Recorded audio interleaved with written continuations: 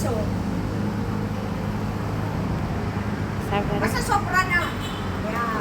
So, ang ina-avail na ko din is foot massage. So, actually, kayo man naman mo na, ang passion ako is, para ma-relax ko.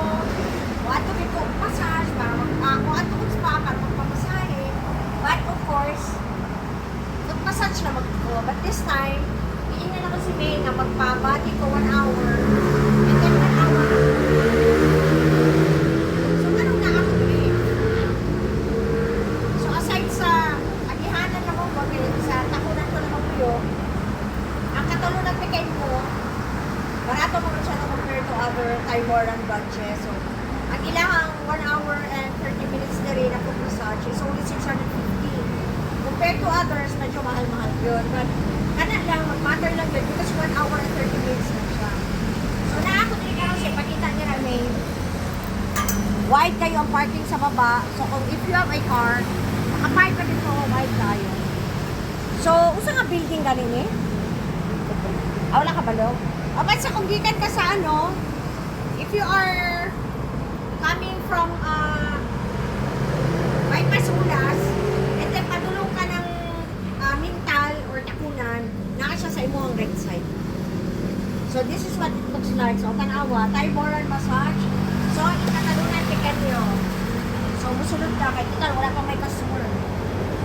So, nag-ask na wala may customer. So, sa bungat pala nyo daan. So, actually, isa din sa akong na-amaze ko because the usual na Taiwaran na akong kung asa ko nagpapamassage before, medyo gamay ang space na inside. But katong the time I think the first time I was here, na-amaze ko sa ilang lobby.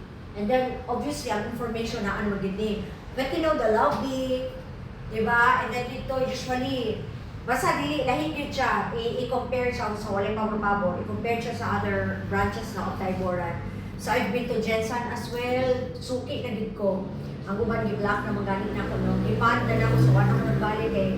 Siyempre, ako magod, I believe, nagabayad ba ako. So, kahit sila din, napansin nila.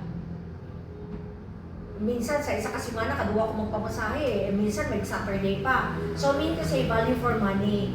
So, dili ko dito inuhon nga naka-straight, but ang ako lang din sa isa ka spa, gusto lang din ako is silence. Silence, please. Limited. Oh.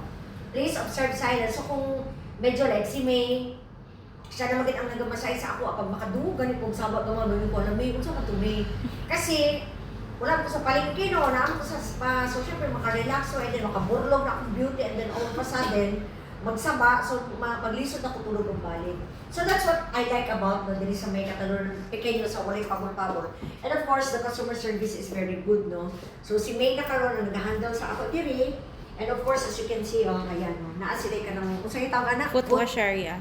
Foot wash area. So, tulog ka buok, no? And then, they have this long sofa. And then, long table. And then, so, ano ka na bitaw, ma-entice bitaw ka nga, murag pagsulod pala mo, ma-relax na ka.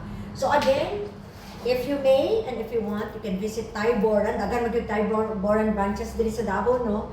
So, you can visit their, Catalan Pequeño branch. So, again, no, if gikan ka sa may diversion, gikan ka sa may bypass Ulas, tama ba?